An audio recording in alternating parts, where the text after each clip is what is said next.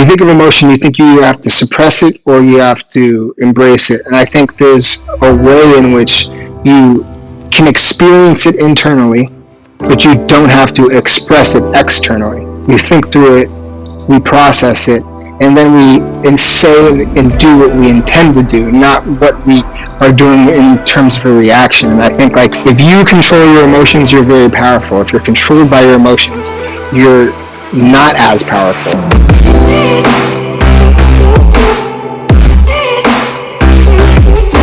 Hey everyone, welcome back to On Purpose, the #1 health podcast in the world. Thanks to each and every single one of you who come back every week to listen, learn, and grow. Now, you know that I'm always out to find interesting people, fascinating stories, people who you may or may not know, but have made really interesting, powerful decisions that we can all learn from. And today's guest is a friend of mine, someone that I bumped into very recently, and we just connected instantly. But at the same time, he's had years of experience as an entrepreneur. I'm speaking about none other than Adam Goldston, who's the co-founder of LA-based Athletic Propulsion Labs, or APL as they're known. And he and his twin brother Ryan, who were former sport collegiate athletes, played both basketball and football at the University of Southern California. And they envisioned creating a company that would provide revolutionary products symbolizing the ultimate intersection, and this is what I love, of luxury and performance. Today, Adam and Ryan are recognized as accomplished inventors with numerous US and foreign patents, including APL's revolutionary load and launch technology. And recently, they were named 2 of the 100 most intriguing entrepreneurs of 2020 by Goldman Sachs. Please welcome to the show my friend and amazing entrepreneur, Adam Goldston. Adam, thank you for being here, man. Jay, thanks for having me. I'm super excited. I've been a long time listener. Obviously, we're friends, but it's funny because your podcast is one of the only ones that I really listen to, and where I think where I actively listen, because I think there's a difference between passively listening to something, actively listening, and it's so funny that so many of the people, big and smaller, or like not smaller, but like famous and just more specialized in their avenue, and people that have been important to my personal journey. So like when I listened to the Robert Greene one, and the first book is in my, I'd say, like adult life that I ever put like real intention into reading was 48 Laws of Power, and I read it in a moment. Like I think like one of the key things in my personal story is that like I have gotten lucky at key specific moments of my life through a decision that I made. And I was sick with pneumonia, and I read Robert Greene's 48 Laws of Power, and there wouldn't have been another moment where I would have been again at home and had the ability to dive into something in such a deep level. And I think the way he talks about power in like just in the past is people think of it as a negative thing, but there's definite positives if you use it to not only help yourself but help others. Absolutely. And so that was what my takeaway was, and it was, again, this was years ago, but that was what my takeaway was. And so I just started being more active, more intentional in the way I was thinking about things. And so when I saw that you had him, and then you've had other key people that I've definitely taken pieces of their journey and applied it to mine. Like I love that, because you are like the company that you keep. So I think that was cool for me to see the other day. I'm so grateful, man. And we've had so many mutual friends over the last few years who've tried to connect us. And last year it finally happened. It was like Deepika was trying to connect us, and then Audrey was trying to connect us, and it finally happened. And we ended up last year at a pumpkin patch.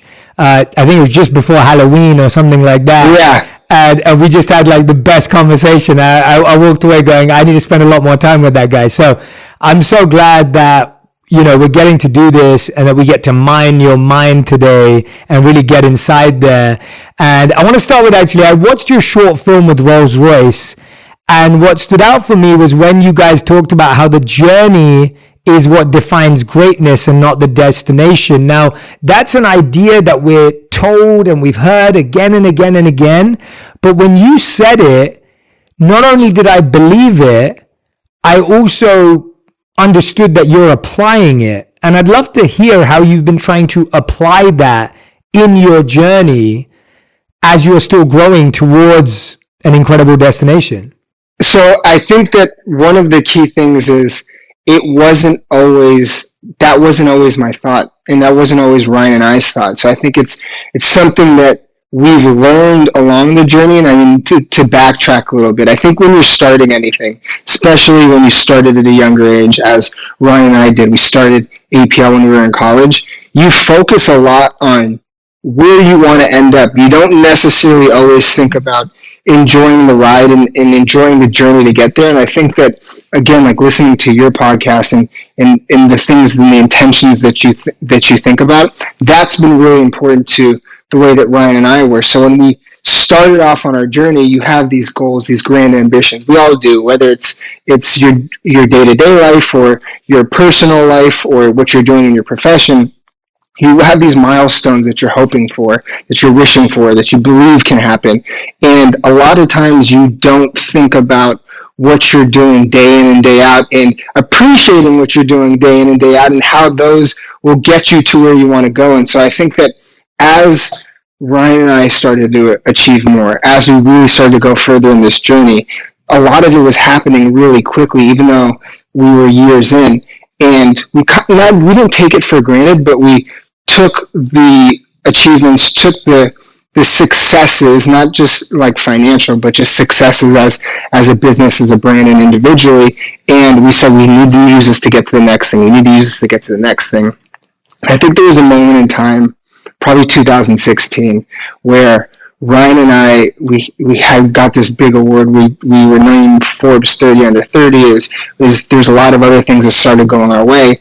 And one thing we hadn't been great at was celebrating the small daily victories and giving ourselves and our team the momentum to go to the next thing instead of just focusing on moving to the next point. And so I think we had to have that realization where we were doing so many things, we were achieving so much, but we didn't have the internal appreciation for what was happening every single day. It just became so consistent that it became normal, and I think that's not positive. I think you need to appreciate your daily journey. You need to appreciate the people around you, what they're contributing to it, and I think that was a key change for us. And so at that moment in time, Ryan and I, and again, key people around us, we made a clear decision that we are going to appreciate what we're doing every single day. We're going to stay inspired by what we want to do in the future, but there is a way to exist mentally in the current plane and in the future plane. And I think there's a delicate balance.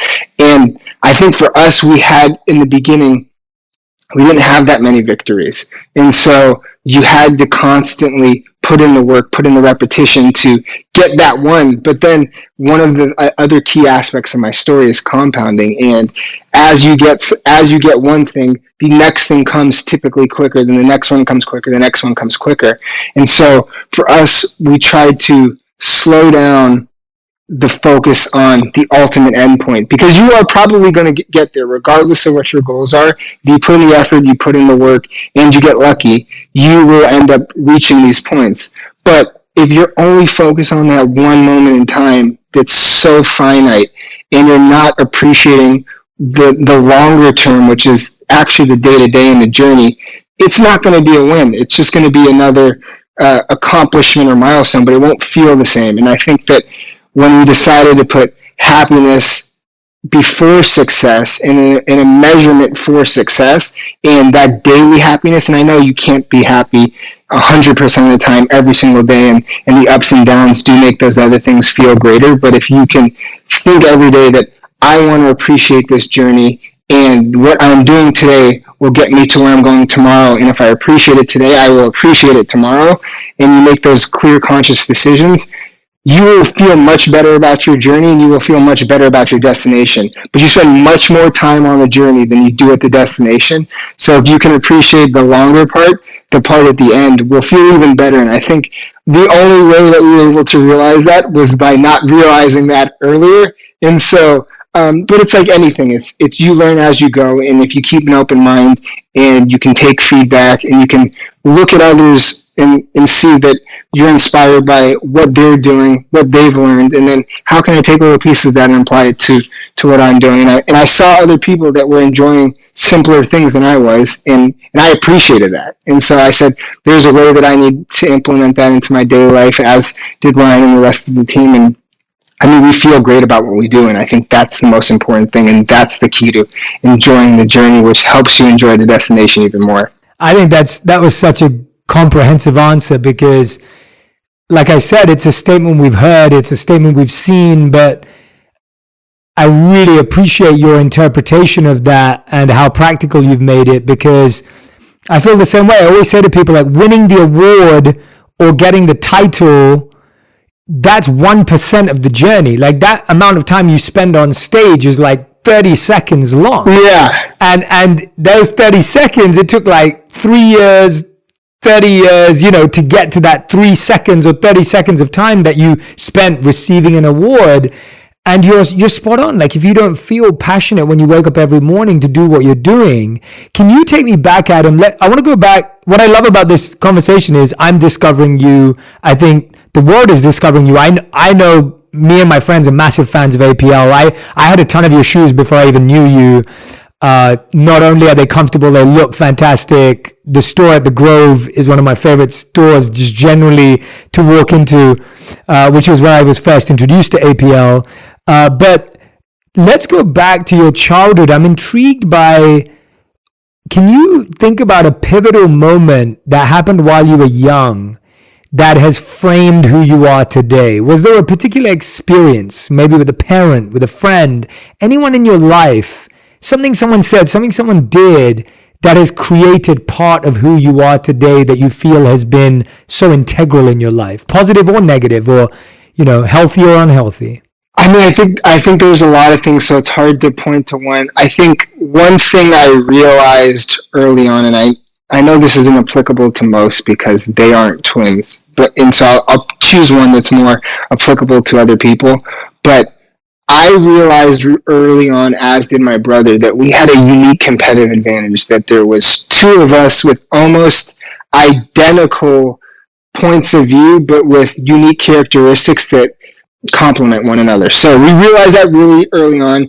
And again, like a lot of times with kids, peer pressure is something that becomes really, really difficult. And because there's two of us and there's typically one other person, we could not be pressured to move one way. So I think like that played a role in terms of like building internal character. But I think something that that was key to my journey is I've always believed, now as an adult, but I think this because of a kid, was that you can turn a negative situation into a positive if you change your perspective on the negative and try to skew it more positive. And so I guess one real important example is when I was a kid, I didn't do great in school. And I was always an incredible athlete, but I did not do the greatest in school. And it wasn't because I didn't have the intellect, but it's because I wasn't in the right, it wasn't important to me in the situation that I was in. So I was at this one school and I was not doing very well. I was doing great at sports, but I wasn't doing very well as a student. And I felt like the environment wasn't the right one for me because it was too small. I needed to be able to become more of myself. I always had this like a nagging self-confidence that I knew where if I trusted myself and I listened to myself, I could make the most of it. And so middle of my 9th grade year, my parents basically gave me the opportunity to transfer to a school that wasn't as good of a school, but it was more diverse. It had a greater opportunity for educational and athletic success. And I changed my environment. And again, like one thing that's been important to our journey is changing your environment when you believe you need to. And so that gave me the ability to go to school at a different part of the city in a different environment. And then I was able to learn at a better rate. I was able to do sports at a much higher level.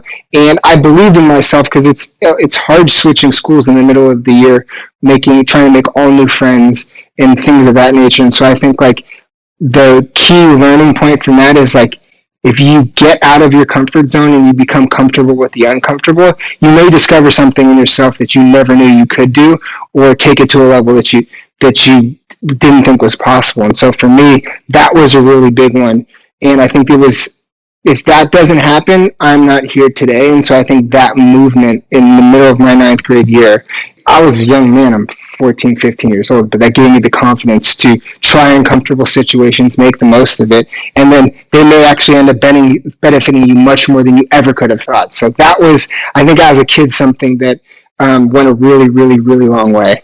Yeah, that's such a great insight, because you almost don't get to reap the rewards of that up until now, like much later on. Of course. In that moment, you're just like, this is the worst thing that could have ever happened to me, right? And I really do love that you reflected on that moment in that way, because I find that anytime I ask someone that question, rarely do they pick something good that happened, right? It's like people never say, oh, when I was 15, I had the best thing. It's always like, well, this went wrong, or this changed and this shifted. And I think it's fascinating to hear that in your journey too. Now, when you and your brother, and by the way, I love the twins answer. Yeah. So it doesn't matter that we can't relate. We all want to relate. Like, we're like, oh, that's so cool. Like, that's how I felt.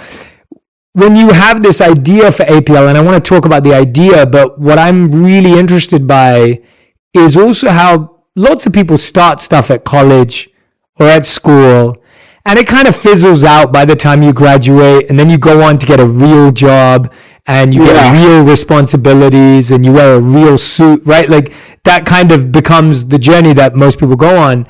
What I'm fascinated by is when you come up with this idea, what did it take to go from this is cool to this is real? And what was that journey like? So tell us about the ideation, but then tell us about how this went from like, this is cool, we're doing something interesting, to this is actually real, and this is what we're going to commit time to. So I think one of the important things about Ryan and I is that if somebody tells us we're not able to do something, that's essentially just gasoline to what we have to do. So I think Ryan used APL as his business plan in school, and he didn't even get top 10. So I don't remember what the grade is. He still has it, but like, he didn't even get top 10. They didn't believe in it, and it's not because they didn't think it was a good idea. It's because they didn't think that we could execute on the vision the way that we did.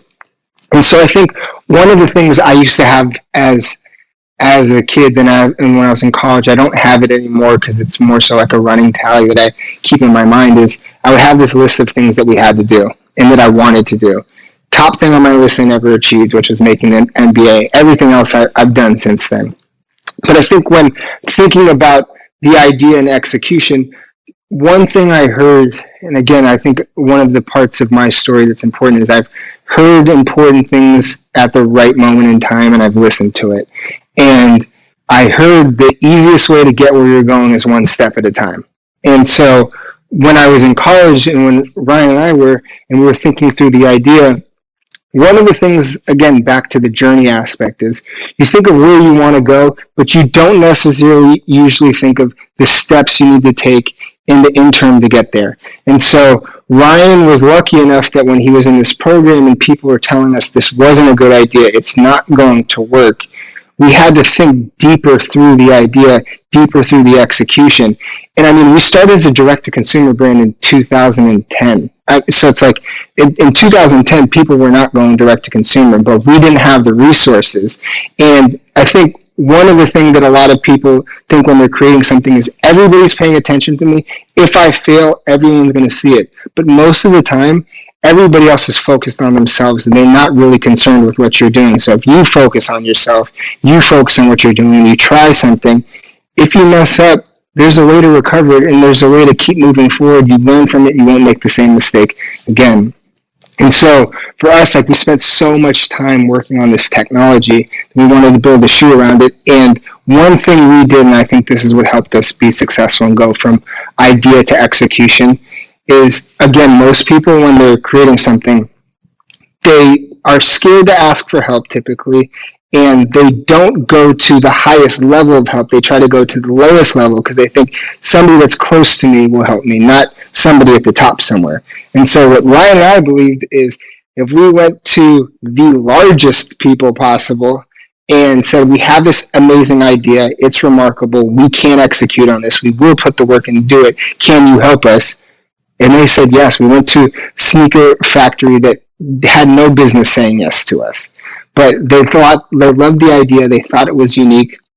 And so from there, we were able to implement what we wanted to do, be able to develop things that typically you would not be able to. And so I think, again, like the nugget of our journey, because we make shoes, so most people aren't going to make shoes, and that's the part that's different, is that we believe that if you ask people for help and you're willing to accept their help and you go to somebody that typically you wouldn't think would say yes and you give them the opportunity to help you, people inherently want to help.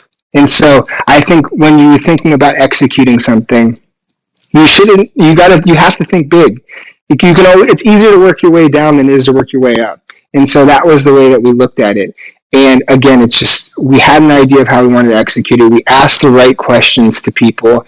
And we didn't have this idea of you have to have a specific mentor. We believe that you could have specific mentors for specific things. So if I needed help with production, I would ask a production person. If I needed help with logistics, I would ask a logistics person. If I needed help with accounting, I would ask an accounting person. But there's not an end-all, be-all for each thing. So that was really what a point of difference for us was. We were able to ask help. We had amazing people that were around us in that moment in time, and we just had pure determination. Like we were obsessed with taking this idea and executing it, and we were going to do whatever it took. And since we didn't have any investors, we had to do it ourselves. And so I think, and we weren't scared to fail. Like that's another thing, is that there's a real difference between fear and danger. And when you're starting an idea, it's all fear. It's not dangerous. You're scared of it. So you just have to conquer that emotion, and you can learn most things if you ask questions to the right people. Adam, you were just dropping wisdom everywhere. I mean, there's so many things in that I need to now break down. So first of all, everyone who's listening, you need to get your notebook out right now and write stuff that Adam is saying down, because there are so many things, or you're going to have to listen to this episode twice. So it's up to you. You either listen to the episode twice or you get a notebook out right now. The idea that there's a difference between fear and danger, what a great way to clarify how we experience it. That's just brilliant. Like I've never heard it been put in that way before, and I think that is such great language to help us realize we react as if we're in danger, but actually we're in fear, and that's where things start to go wrong. So I thought that was brilliant.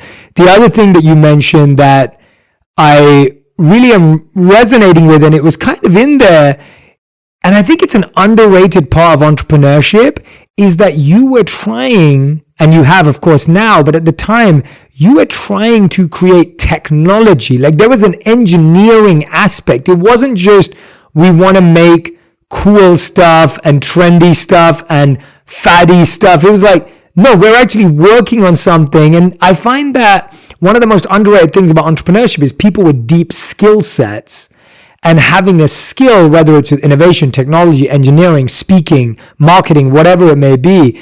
Talk to me a bit about, where did you learn about technology when it comes to athletics? Because that to me is a really different way to look at product creation, as opposed to just saying we want to make stuff that looks good. So back to, I think, a unique competitive advantage. And since we don't have 10 hours, I didn't want to give you the full background, but as a kid, my dad worked in the footwear industry, and he actually helped, like one of the key parts to my story is he helped create the LA Gear lighted shoes. And so my brother and I were the first product testers ever for the LA Gear lighted shoes. And he brought them home and he gave them to us. And that day we gave him feedback on, and we're 5 years old, we gave him feedback on how to try to make the shoes better. And obviously we're not giving him technical feedback at 5, but we're telling him you should move the lights from the back to the side of the shoe so we can see our lights. But the technical aspect of it is, from a very, very, very young age, my dad would bring us to the office and would bring us into the technology line reviews, would bring us into the innovation area, and we would see how to engineer specific footwear product. So I think, again, it wasn't that Ryan and I woke up one day and decided that we wanted to engineer a technology that would instantly make you jump higher. We've been obsessed with footwear specific technology since we were 5 years old. And again, when you asked earlier about key moments in my childhood, my dad as a kid showed me what was possible, not saying come here and look at this, but through ideas. And I think like that's the greatest type of inspiration you can get for anybody, not just from a parent, but from anyone, is showing somebody that something is possible through their own ideas and execution. And so we took an interest to developing footwear technologies from an age of 5 years old. Obviously, there was a lot of knowledge that needed to come afterwards and took years to get. And we weren't 8-year-old whiz kids. We were eight-year-old with ideas. But as you become older, as you become smarter, you focus on the things that are important to you. And sports and technology, and specifically footwear-based technologies, were things that were always important to us. So I think that the learning point about that for entrepreneurs is that everybody, regardless of what you do, has a predisposition to a specific thing that they care about, that they're passionate about, and they can focus on. If you can learn enough information, you can figure out how to make something better. And that was basically the basis for how we did it, is that we believed that we could make a shoe that were in a technology that would do what we wanted to do. We just had to learn the basis behind the fundamentals. And that's what we did, and that's how we focused on it. That's how we learned it. And to this day, I continue to learn so much, not only from our own exploration into footwear, but from other people, what they teach us and things they bring to the table. And I think that I learned at a really, really young age. And I think it's the fact that my dad and the team listened to our idea, and then I saw it actually come into life. And so I think seeing what's possible and knowing that if you're passionate about something, you don't have to be a scientist to necessarily figure it out. You just have to be a creative engineer. And I think like that's a lot of really successful entrepreneurs. It's not that they know something about everything, it's that they know a lot about a specific area. And for us, like it's always been our passion. We've always loved technology, and we've always loved innovation and pushing what's possible. And I think that regardless of what your avenue is, even if you're not creating product, if you're creating content, if you're creating anything, like there's a way to be innovative in it, and there's a way to push it to as far as you possibly can. Yeah, I'm so glad you shared that detail, because to me, that's the part that I love my community really getting close to, because when you've been that close to something since you're 5 years old and you've taken an interest, that closeness has turned into a passion, and then it's turned into your own cause. That's what it takes. Like that's what it takes. Like it takes that obsession, that absorption, that you're immersed in this whole world. It's not like one day you wake up and you have a random idea to go and create something, right? And I think often we don't give ourselves the time to get close to something and deeply immerse in it and experience it. And we're looking for like, well, I don't know what I'm passionate about. Like, I don't know what my purpose is. I don't know what I'm excited about. But that's because we're trying to hope that it's just going to miraculously appear. And I love that idea that actually, well, no, this has been a part of our life. Now, when we talk about technology, your load and launch technology became the first banned shoe in the NBA history, right? Yeah. And that is just so, like, that is, I don't know if there's anything cooler than that. Like, I don't know if it's better to get into the NBA or to get in and get banned by, like, to get banned by the NBA. To me, that sounds like the coolest story ever. But as a company, it can also be difficult. I want to hear, what was that like to find out? Like, what was that like as an experience? Because that's not common. Like, I don't hear stories like that all the time. So I think the unique part about that is that to this day, we've never raised $1 of outside capital. We own 100% of the business. And at that moment in time, we had $0. And when I mean zero, we had $0 for marketing. And so we looked at it as the NBA is the greatest basketball organization in the world. It's top tier. And when you think about leagues, it's top tier. And so the dream when you're creating a product for a specific sport is you want it to be at the top tier with the best people. And the fact that the NBA said that it's too good because it provides a wearer with an undue competitive advantage, that sounds really positive when you frame it that way. But if you look at it from the other side of the coin, saying the best basketball players in the world can't wear your product, that sounds negative.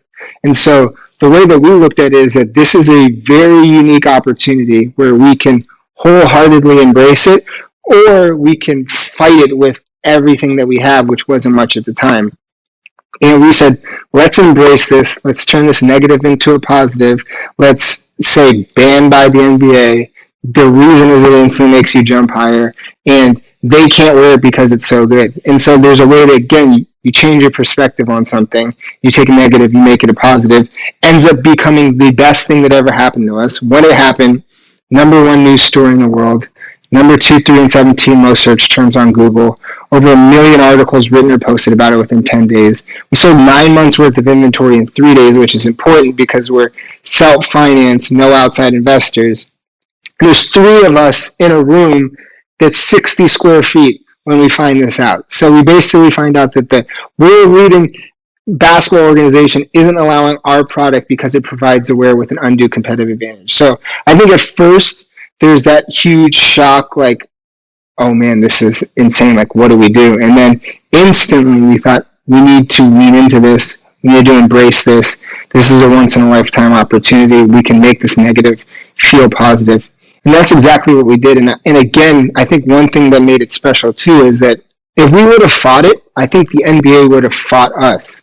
But the fact that we embraced it made them embrace us. Like David Stearns passed away, but he went on a show, I think, like that night and said, like, we're looking into the shit that instantly makes you jump higher. It might even make me dunk. And like the way that he said it, it was playful, even though it was a very serious thing that they weren't allowing people to wear it. But I think the fact that we leaned into it and we embraced this thing that could have been negative, changed the perspective of it, made it positive, and it made the people that were essentially saying no lean into it and embrace it as well. So it ended up being a huge win for all of us. I actually think it was the only time, obviously it's changed since, that the NBA was the #1 trending topic on Twitter when there wasn't like a #1 trending sports organization on Twitter when there wasn't another thing. So I think that they saw that there was value in the social equity that came along with it. We leaned into a negative, made it positive.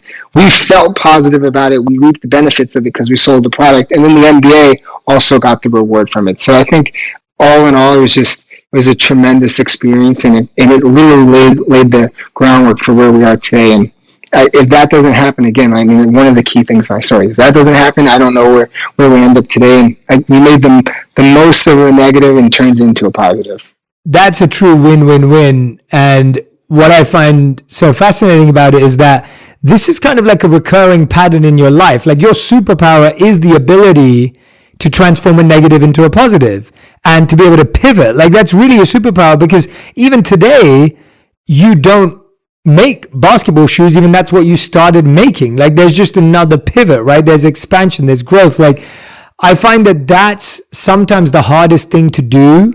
And going back to what you said before, is the only thing you never got to do was make it in the NBA. There's another pivot there as well. Now, Adam, tell me, how good were you? How serious were you? And how close were you? Well, so I was a Division I athlete. I played basketball at USC. I think I had a rude awakening when I got to college that I wasn't going to make the NBA, because a few of my teammates did make the NBA, and I realized that they were much better than I was and that I wasn't going to be able to get there. But I think, too, one of the points that you were just making, and it's important to our journey, is that typically when you think of emotions, and like this turning negatives into positives, you think of emotion, you think you have to suppress it or you have to embrace it. And I think there's a way in which you can experience it internally, but you don't have to express it externally. And so I think, like, what we've done in these negative situations is we think through it, we process it, and then we say and do what we intend to do, not what we are doing in terms of a reaction. And I think, like, for me, that's been super important to my journey. It's been super important for Ryan and I, and something that, again, it became a superpower, because if you control your emotions, you're very powerful. If you're controlled by your emotions, you're not as powerful. And so I think, like, that was something that we learned really early on, but to your basketball question, I wish I could have been 6'10" and had a different journey in terms of that. But everything works out the way that it's supposed to. So if I would have made the NBA, I probably wouldn't be on your podcast here today. So I'm thankful for the journey that I've had.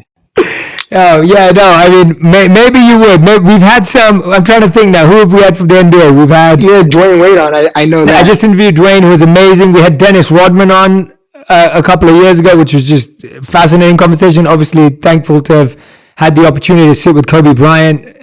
So maybe, Adam, maybe it would have happened that way too. We would have been brought together either way.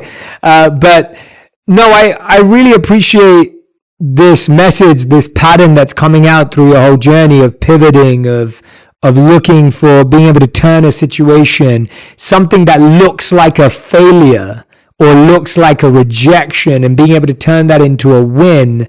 And sure, it's easy to celebrate that now, but you can only imagine when the news is the biggest organization in the world that is your target market to help promote and propel this brand is saying you're not allowed. And that as a product creator can be really, really challenging. When you think about it, it's almost like saying, this company's not going to stock your thing, or we're not going to allow, and so I love the way that I'm hearing this through your journey and how it's constantly shifted. I want to hear, how do you and your brother make decisions? Have you created because when I even met you, what I experienced from you is you're very methodical, strategic, very thoughtful. It's not random. This isn't just some random luck story. And I really appreciate that, because I really admire conscious, intentional thinkers.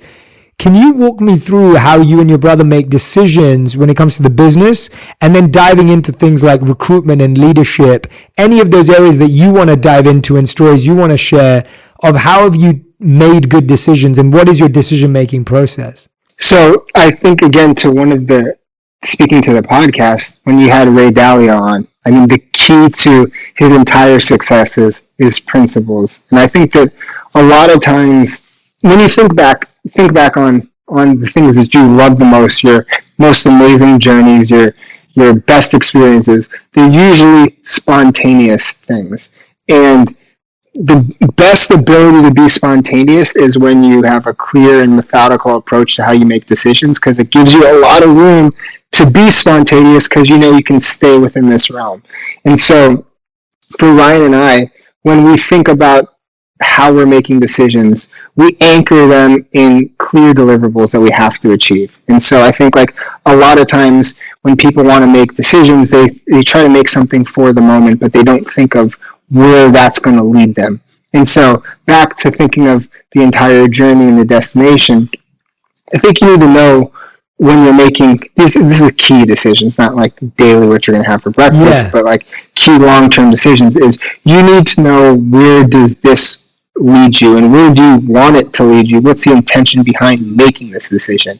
And so I think that for us has been something that's been really, really important, is that Michael Burke, who's the CEO of Louis Vuitton, he gave me some of the best advice that I ever had, and which is, you need to think about, do you want to do something for the moment, or do you want to do something to be dynastic? And he gave this advice to us at the right moment in time. We heard it. This is back, I think, 2016. And Ryan and I always wanted to build something dynastic. And so if you want to build something dynastic and you want to bring people along for that journey, you have to make decisions and have the approach for the long term. You can't do it for the immediate. And so all of the decisions that we make are based on building essentially this house. If you want to build a house, you have to have a solid foundation. If you don't have a solid foundation, it doesn't matter what you put on top of it, because it won't last. And so the way that we look at it is, every decision we make is another brick in building this house. And so if you have one bad brick, you can replace it. But if you're constantly laying bad bricks and you're saying, oh, these are the best ones that I can get right now, but they may not last for the long term, you're going to have to eventually replace it. And so the way that Ryan and I look at it is, make fewer decisions, but make better decisions. And take more time. And there's nothing wrong with saying no. You say no 99 times so that you can say yes the 100th time. And that 100th time is worth more than 100x what you did if you would have said yes all of those other times. So when we're thinking about decisions, it's really keeping that at the heart of it, is that where are we trying to go? Why are we trying to go here? How are we going to get there? And why should we say yes to this? And like, if you do that and you stand behind each of your decisions, you'll be proud of your decisions, and then you will typically make the right ones for yourself. You can't be right 100% of the time, and you shouldn't hold yourself to that standard, and it's irrational to do so. But if you feel confident in your decisions, the intention was right, and the people around you feel great about it, you will typically make the right decision. And I think like one of the things that Ryan and I have always tried to do is make difficult things as simple as possible, which means remove the excess. You're thinking about a really challenging situation. Should I go here? Should I do this? In large scenarios. And take away all of the excess from the decision. What's at the core of the problem? What's at the core of why you want to do this? And then evaluate that and be transparent and honest with yourself. Like, a lot of times people don't want to be honest with themselves. They build up these other things and they take on these external factors and say, like, I'm doing this for other people, and they're not really being transparent with themselves. But you inherently know what you should do, and you're going to make some wrong decisions along the road, and it's okay to make a wrong decision if the intention was right, but you don't want to make intentional wrong decisions. And like, people do that all the time and they don't talk about it. And so I think, again, that's something we discovered early on in the thought making process and the decision process is, if we feel confident in it and the intention is right and it's for the long term, it's in line with the dynastic approach, and the people around us will embrace it, then that's the right decision. And sometimes it's much more simple than you think it is. And I mean, we're complex creatures, so we can make any simple idea very complex. I mean, I've listened to enough of your podcast and other people that are leaders in the space, and it's like the whole goal with whether it's meditation or anything else that you're doing is you want to try and simplify the experience, because that's when you get most of your clarity. And so when you're thinking through the decision-making process, that's what you try to do, is try to make it as clear as possible. And the easiest way to do so is to make it as simple as possible. Adam, masterclass in decision making right there. I mean, that was brilliant. I love this, because, you know, it's these things are just thrown around, and I can tell that how much grappling you've done with the idea and how you've simplified the idea for yourself. And you're so right that the reason why decision making often feels so hard is we're allowing noise in and distractions, and then we're not really asking the right questions. We're not asking the right people. We're looking at it from the wrong direction. I loved something you said there. You said that people sometimes make intentionally wrong decisions. Can you expand on that a little bit more about how we do that? I read an amazing book when I was like, I think I was like 16, 17 years old, and I read a book called Predictably Irrational by Dan O'Reilly. He's one of my favorite authors. And he wrote a book talking about how humans make predictably irrational decisions all the time. And I read that book and I was like, no way. I thought I was smart. And then you read that book and you realize, wait a minute, you're not as smart as you think you are, because so many decisions are the way things are presented and what you miss. Tell me about what you meant when you said we make intentionally wrong decisions, and how we end up there, because sometimes I think we're not good at making the right decisions because we don't know where we go wrong. Well, so I think a lot of times it's you don't know why you are making the decision. So most of the time people can be pressured, and again, this is back to like a peer pressure situation, is that you can be pressured into making a decision, and you at your core and know that this is not the right decision, but you believe that you need to make this decision.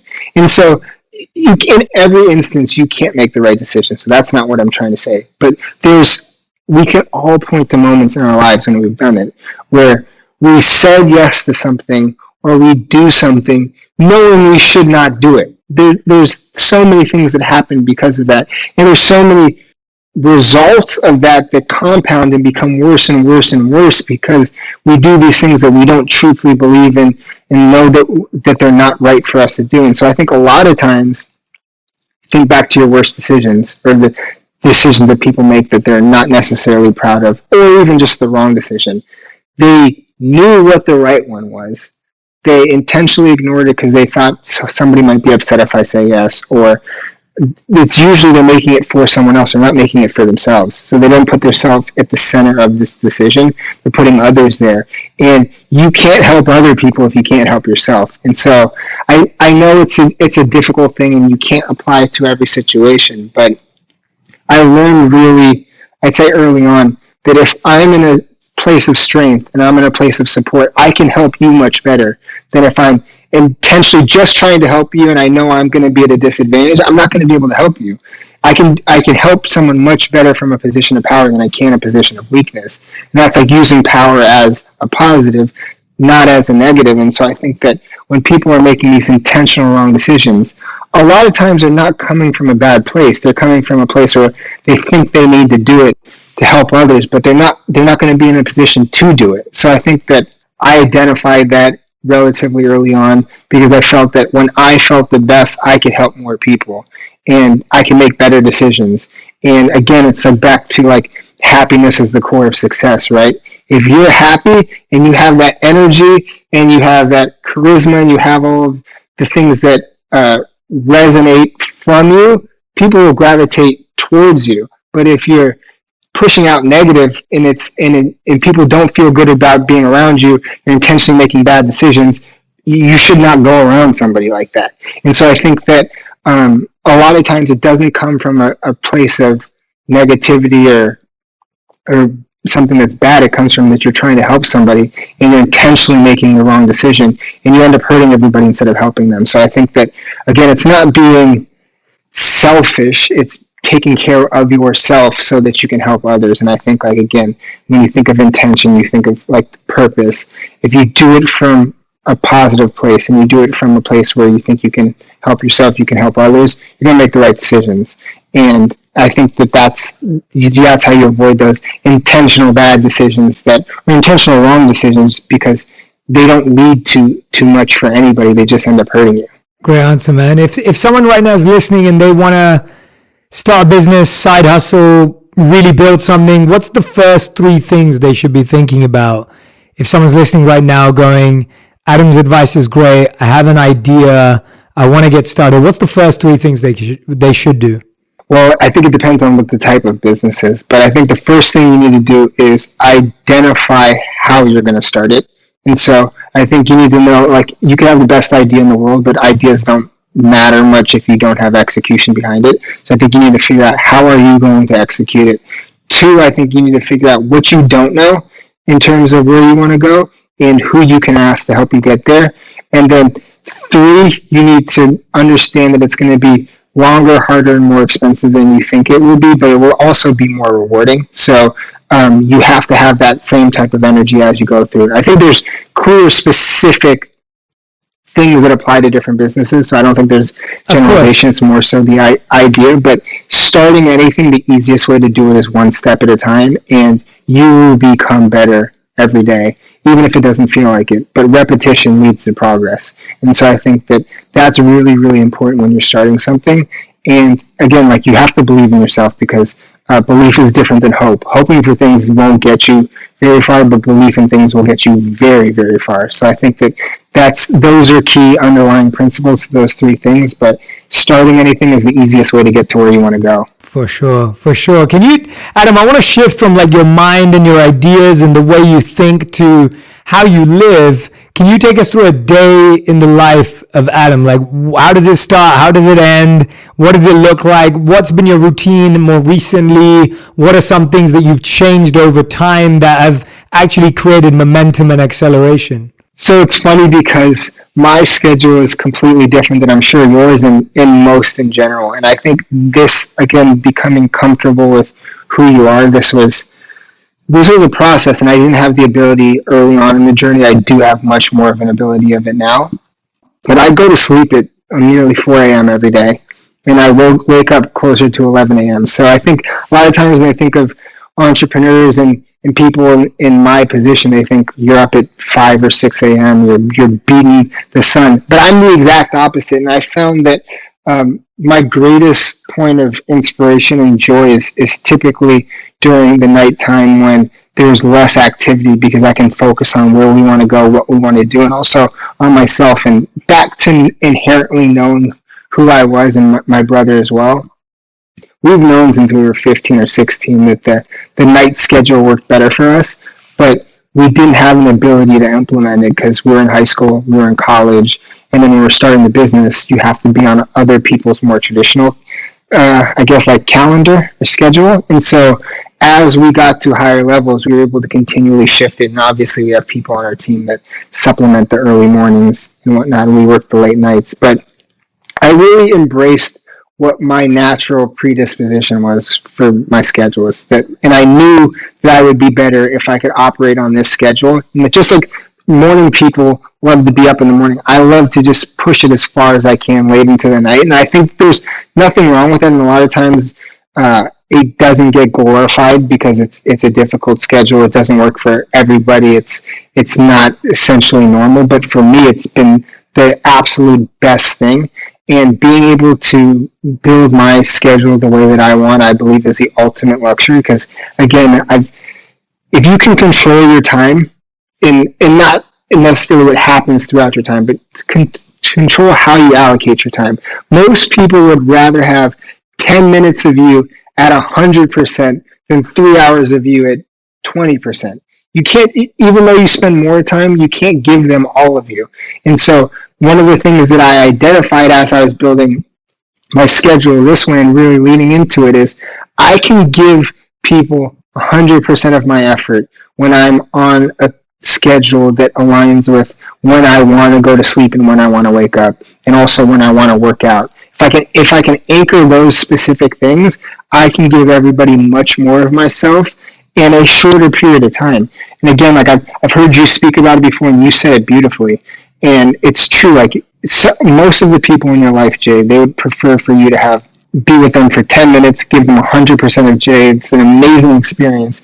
Than for you to be sitting in the room on your phone, dozing off and not giving them the energy that not only they deserve, but that you deserve to give them. And so I think that that's something that I identified through how I built my schedule now. I mean, I work out every single day, and I think that's, for me, it's a really important thing because discipline has been something that has been pivotal to our journey too. And I believe that with discipline, if you anchor yourself through specific things, it gives you more freedom. Discipline is something that opens you up and gives you more opportunities for us to be spontaneous, more freedom. It's because you have clear pillars, clear anchors. It's like if you're playing a video game and you get to the checkpoint, you can be more brave in your action because you know you can always go back to the checkpoint. So like that's the way I live my day-to-day life. I try to have specific windows where I'll do calls, but then I leave everything else essentially open because I love the chaos in a positive way, and I love the spontaneity in a positive way. And I think that if, for me at least, this is the way I found my schedule. If it's too back to back and scheduled out, there's no real opportunity for the spontaneous excitement, which I think that we all need to have in one way or another. And I don't think that it's the same for everybody, but I think that you have to leave yourself the ability to discover something, or to discover a relationship you didn't think was going to happen, or a partnership you didn't think was going to happen, or a friendship, or things of that nature. And I think that being able to anchor myself, knowing I'm doing these few things at these few times, leaving this window open, so that I can try things. And again, like the greatest opportunities I've ever had have come from taking a chance on something and then anchoring it in the way that I live my life through my schedule. And so, again, it's something that I've had to work towards. It wasn't like that on day one. It's as you get further in the journey, you hone it in more, you have more opportunity to try things, and you have more control. I think, like, again, one of the key things for me in terms of success is control over schedule and control over time. You don't know how much time you have, but if you can control how you allocate that time, that's truthfully the greatest luxury. And that's something that I think is pivotal to success. And I think, again, when we're thinking about our team, specifically in the headquarters, everybody has different schedules because everybody works differently. And I've seen how positive it's been for Ryan and I, and so we try to translate that to the team as well. I love hearing about how different your schedule is to mine because it still represents the same thing to both of us. So Yeah. you still have discipline, you still have focus, you're still prioritized around when you can be creative. It's based on self-awareness and what's good for you and right for you. So the values that we're choosing our schedule on is the same. Like there's a very similar value set, and it just looks different. And that's actually the beauty of life. Like that. And I think that's where we go wrong, where we go, you know, in a few years, people are going to be saying, oh yeah, I need to do what Adam's doing. I need to sleep at 4 a.m. and, you know, wake up. And it's like, well, that's not really going to work. Or people can be looking at it going, oh yeah, I need to wake up like a, you know, like I need to go to sleep at when Jay doesn't wake. And it's like, well, that's not really what we're saying. What we're saying is if you're self-aware and you create discipline and rhythm in your life and space for spontaneity, then you got to figure out what works for you and where it works for you. And so I love hearing how different our schedules are, because it just proves that there are multiple ways that it can look, even though there's a depth of why they're created that way. And in addition to that, what I really appreciated you were talking about is I think we think of discipline as either back to back, and we think of laziness or spontaneity as completely free. And what you've actually said is what discipline is that you've created a discipline where you can be, what I've been thinking about a lot lately is you can be effective and efficient. And efficiency is often seen as discipline, but efficiency means you do a lot of stuff. But effectiveness means you do important stuff. And I think that's what I'm seeing is missing in so many of our lives, is that we're trying to be efficient. We do the laundry, do the dishes, we spoke to the team, we check this off. But then you're like, well, I haven't had any creative inspiration today. I haven't been effective. And so I'm really glad that you actually explained discipline to be the meeting of efficiency and effectiveness together. I mean, I think you said it in an efficient and effective way, the way that you just like illustrated what I was trying to get across. But it's true. Like I think a lot of times people think of discipline as something that lacks freedom, but discipline is the thread in the opportunity that gives you freedom. And so I think, and again, as you become more efficient, you can become more effective, but it's hard to be effective if you're not efficient. And so I think, again, you said it in an amazing way, and you took a complex thing and you digested it, but it's been really paramount. And I think it's something that is the way that my life has gone. And again, like, I think that we have the same theories, you and I, in terms of what we want to accomplish from our day-to-day lives. We do it at a different time. Like I'm working out at midnight, you're doing things early in the morning, but we're looking to get the same type of result. And I think, again, when you were talking about being self-aware, that is the absolute most important thing. If I tried to work your schedule, it wouldn't do the same thing for me. If you tried to do mine, it wouldn't work. But I think the fact that we've both been transparent, honest with ourselves, and self-aware of what makes us show up as best as we possibly can, and then that makes us better for other people. And so I think for us, like that's an incredible way to phrase it. Yeah, and I respect and appreciate that in you so much, because I think there is a noise. I mean, I get different noise. So my noise is, hey Jay, why don't you hang out late? Like, why don't you come to this? Or right? And then your noise is, well, if you're an entrepreneur who's disciplined, shouldn't you be waking up earlier? And exactly. And it's just really interesting how, like, no matter what you do, there's going to be someone who disagrees with it, and that's why it has to. And that's why I respect what you just shared. So I'm so happy to hear that you have this. I had no idea that was your schedule. Now I know when to spend time with you, and I really like that, because I really hope that everyone who's listening, you're feeling more confidence that you're not doing it wrong if you're doing what's right for you. But notice that Adam and I are still basing it on values of discipline, of focus, of creativity. It's not that Adam's not just saying, oh, I do whatever I want, whenever I want, and there's no structure. He still even has a sleep. You still have a sleep routine. It sounds like when you're like 4 a.m. to 11 a.m., right? There's still a routine. And so that's what I find is really healthy. Adam, this has been so powerful, because what I love about the way you talk about entrepreneurship is that it's strategic and intentional, but then there's the spontaneity and creativity. And I'm so excited to see what you continue to build. It's, you're 12 years in, and I cannot wait to see you just continue to crush it. I mean, you're already crushing it, but for the business to continue to grow and grow and grow. I wanted to ask you, before we come to the final five, around creativity and innovation, and you spoke about spontaneity there, meeting someone random, like bumping into an idea. I love that so much. What has been your secret to creativity and innovation? Where have you continued to find that discipline and that connection? So I think I don't know if secrets is the right word, but again, back to my brother, like the fact that there's two of us and that we're able to go through life together and we've had similar experiences. I mean, my brother, like to be fully transparent, is more creative than I am. And like when we're thinking of color stories and whatnot, Ryan's always building these beautiful color stories. Cody, who's our design director, is amazing. Jake is our content director. He's incredible. Sam, who heads up social, she's amazing as well. And just the whole team, like I could go on and on. But one of the things that I discovered, and this actually came from my mom.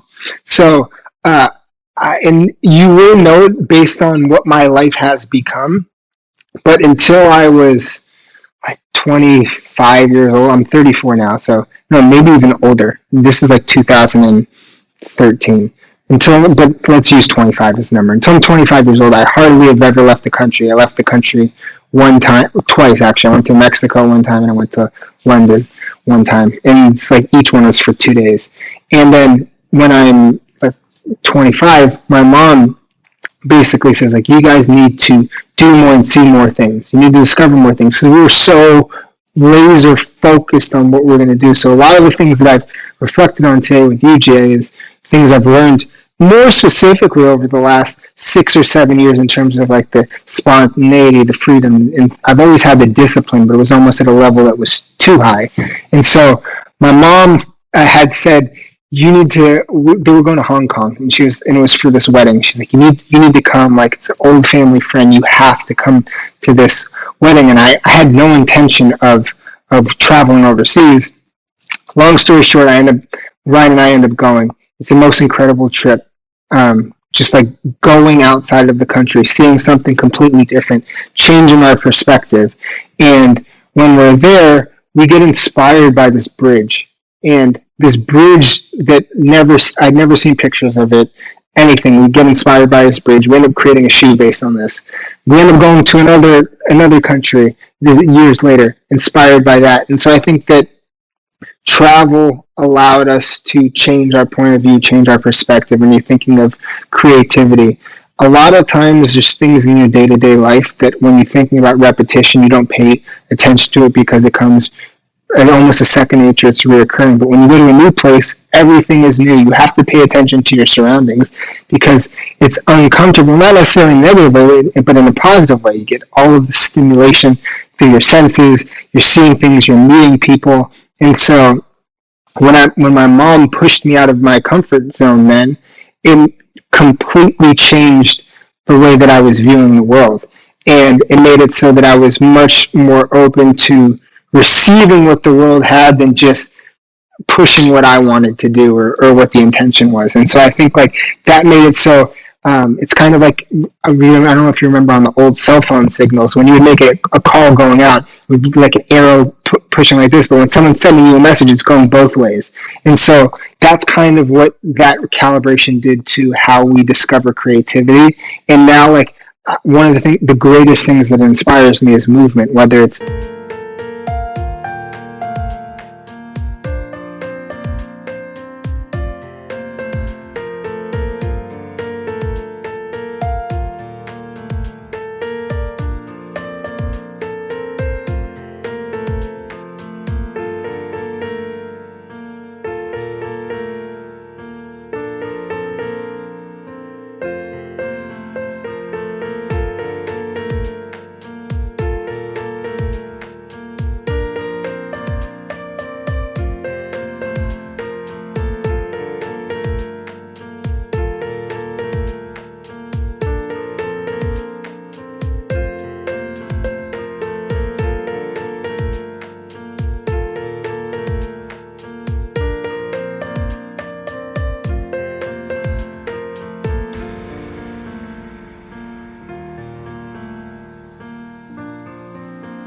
movement in cars, movement on foot, movement in the air. And so I think like movement in general, changing your surroundings, not necessarily going to another country or another state, but even going anywhere, just discovering. I think the opportunity for movement, that's really where the creativity came for us. And then again, I think that if you can take an idea, lean into it, and see like, and speak to why this makes you feel different, you'll find inspiration in it. And I think that for us, like we have an incredible team that finds inspiration in different places, and then we're able to talk about it. And the greatest thing you can do is be a great communicator, because if you can articulate what your vision is, and whether that's through verbal, whether it's through art, whether it's through anything, people will understand and people will feel it. Not everybody will, but some people will. And I think like that's one of the things that's gone really, really far for us, is that we've been able to take these inspirational things, like our streamlined shoe, which is my favorite one, is inspired by Japanese souffle pancakes from when Ryan and I were in Tokyo, and like Ryan's obsessed with them. But we took that and we made it into a shoe. And so it's like you never know where the inspiration is going to come from, but if you allow yourself to receive it, you can get it. And I think like that's something that a lot of people don't think of. They think they have to put it out there and push it, but a lot of times just receiving what's around you will give you a lot of inspiration into what you should do.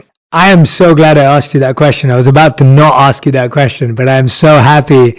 And even though you're giving, of course, which is wonderful to hear, the credit to your team and your brother for being the creative ones, but the fact that you've been able to observe that and see that that's where it's come from, and the example from your mother too. I love that, Adam. Adam, this has been phenomenal, and I hope this is the first of many. I mean, I hope so too. I want you to come back on the show regularly and give us updates as things continue to grow for you and APL and your brother. And as I said, massive fan, supporter. Getting to hang out with you at a pumpkin patch was the weirdest place that I ever thought me and you would meet each other. But we had a great time, because we just had so much fun. We just had a personal growth, self-development, complete connection there. But Adam, these are your final 5. You know the drill. It's rapid fire. I do. 1 word to 1 sentence maximum. You've heard everyone, so you should have had enough practice by now. But Adam Goldston, these are your final 5. Are you ready? I'm excited. Awesome. All right. So the first question is, what is the best advice you've ever received? I have to mix 2 because I think it's important. The first is, because they go together. First is, when I was a kid, my dad would say, if you touch it, you can catch it. It was about sports, but I think it's applicable to life, which is, if something's within your grasp, you can get close enough, you can make it yours, and it is possible. So you have to, if it's in your sight, you can make it yours. The next thing that aligns with that is Larry Ellison, and again, I heard this at the right moment in time, said, the larger the apparent risk, the fewer people that will try to go there. And so that's basically is if it seems scary, it seems risky, but you have the deep down belief, fewer people will try to do it, so you actually have a competitive advantage. And I heard that when Ryan and I were thinking about starting APL, so that kind of was all I needed to hear, and it pushed us over the edge. I love those answers so much, because I think about the things in my life as well. They're just lines that I live my life by, and it's exactly what you're saying. Like, it's not like you knew those people, or it's not like you had a 10-hour conversation with them. It was just, you heard someone say something, that what you said earlier. So one of Einstein's lines is, if you can't explain something simply, you don't understand it well enough. And that is what I live my life by. I'm like, if I can read as many books as I want, but if I can't explain that idea with simplicity, then what's the point? And that's kind of what I built my life around. And then there's another beautiful thought by Martin Luther King, which is, the people who love peace need to learn to organize themselves as well as those who love war. And I love that, because that's kind of where I get my, I want to be empathetic, compassionate, loving, kind, but I want to accelerate in the most strategic, focused, driven way, because you can't just be this fluffy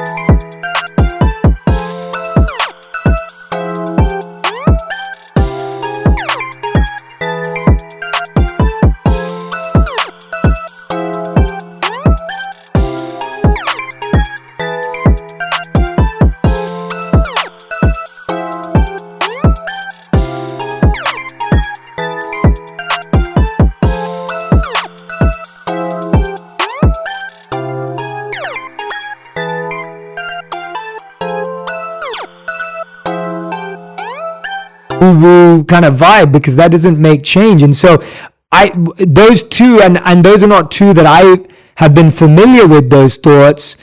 And that one about risk, I mean, that's going to stay with me for a long time. So I really appreciate you sharing that with me. And I hope everyone who's listening can realize that you don't need to meet someone. You don't even need to interview them. If that, you could literally just hear one line and it could change your life. So love those answers. Beautiful answers. All right, Adam, second question.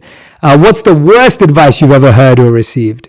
It was actually around the time when I heard what Larry Ellison said about risk. And it was when we were in school and Ryan was in the business program, and somebody had told him, don't even try it. And the idea was, like, you can't possibly do this because you don't know how to do it. But I think that if you try something and you fail, you tried it, you'll learn for the next part of the journey. But if you never try it, then you automatically fail. And so I think, like, that thing, and again, I know it's not as much of a nugget as the other ones, but don't even try. I think so many of us hear that throughout our lives, and it gets conditioned into us. So I think flip that, just try it. But don't even try it is the worst piece of advice that I've ever heard. Question number 3, top 5 rappers of all time. Because I know that we didn't get into this, but I know that I love rap music and hip hop music too. I grew up on it. I know that it's a big part of your life. So let's hear your top 5. Nipsey Hussle, Rick Ross, Jay-Z, Young Jeezy, and T.I. Nice. Good. Great list. I literally just interviewed Lauren London earlier today, who's a dear friend of mine, and she was, married to Nipsey. So, I mean, it's like, not to get off topic, but like a lot of Nipsey's thoughts on entrepreneurship. And I mean, I had a few great conversations with him when he was alive, but like the way that he looked at it was, and we used to talk about it, like, was so similar to the way that we thought about APL, like in terms of building something independently from the ground up. Like Ryan and I spoke at Harvard, at the Harvard Business School, and one of the things that we talked about, and this was right before Nipsey passed away, was he did this interview and he talked about taking the stairs, not the elevator, and that's been paramount to our journey. So I think, like, I was a fan of his when I was in college, because I went to USC's from South Central, so like we were hearing it when we were in the locker room and everything like that. But just what Nipsey did, what his thought process is in entrepreneurship, and just like building people up around you. If you build within your community, you can help so many other people, and if you start local, you can take it much further. And just like, not only was he incredibly talented, but like he was just like he was a leader, and he was a thought-provoking person, and he lived what he said. And so I think, like, again, like he was super, super, super inspirational, in addition to being an incredible rapper. I love that, man. Thank you for adding that note. That's beautiful insight, and I'm really glad again I asked that question, because it led to an even deeper takeaway. All right, question number 4. How would you define your current purpose in life? I think it's maximizing each day and staying focused on the future. So I think it's being able to enjoy the present, but it's still being excited about the future. Like that's really, really important to me. And I think that's what gives you energy to keep going forward, is just enjoying today, but being excited about the future. All right, Adam. And 5th and final question. What is something that you used to value, but you no longer value? Probably nostalgia. I mean, I think that I get so excited about what I'm doing today, where we're going in the future. And I think I've done amazing things, and we've done incredible things. But a lot of times we live in the past, and we don't, and that keeps us from enjoying the present. And so I think that I can appreciate the past, but I definitely love the present, and I'm excited about the future. And I think that shift of perspective has been something that's really been important to my journey, and also just my happiness as a person. That is such a good answer. We've never had that before, and I love that answer, because I couldn't agree with you more. I always saw individuals who lived as if their best years had already gone. And that's such a hard way to live, because life is so much 100%. longer than you think it is. And so That is a beautiful answer. Everyone, make sure you follow Adam across social media so you can connect. Make sure you follow APL across social media. And I want you to make sure that you tag me and Adam and APL in any insights that you gained from this episode. There are tons. Like I said, I hope you're making notes. Second of all, go listen to it again if you weren't making notes. Third thing, recognize that Adam is a true modern entrepreneur. Like, it's highly strategic. It's highly focused. There's creativity. There's spontaneity. There are so many lessons to learn from this incredible human. And Adam, I've had so much fun today. I've learned so much from you. I think there have been moments in this interview where you've said things that are going to stay with me for a very, very long time. And I personally am going to make sure that I apply them in my life. So I want to thank you for those gifts. And I cannot wait to continue our friendship, to continue to see you succeed and win and continue to build. And I'm excited to be a part of the journey, man. Thank you so much. Thank you, Jeremy. I appreciate it, and I think like you've done so much to inspire so many people. And I mean, there's a reason why you have the #1 health podcast in the world, and it's just people can come here, they can learn a lot, but they can be inspired. And I think like the greatest gift you can give to someone is inspiration. And then you got to leave it up to them to execute. But you've done a lot of amazing things for so many people, and I couldn't be happier to be a part of it. And again, like just becoming friends with you and getting to know you over like recent time has been incredible. So I'm happy that we have this friendship. I'm happy I could be here today, and I appreciate your support. And obviously, I hope that everybody listening to this just takes this as something that can help push them, even if it's just one step forward. Just take something and make their lives more enriching. It definitely will, man. It definitely will. Thank you.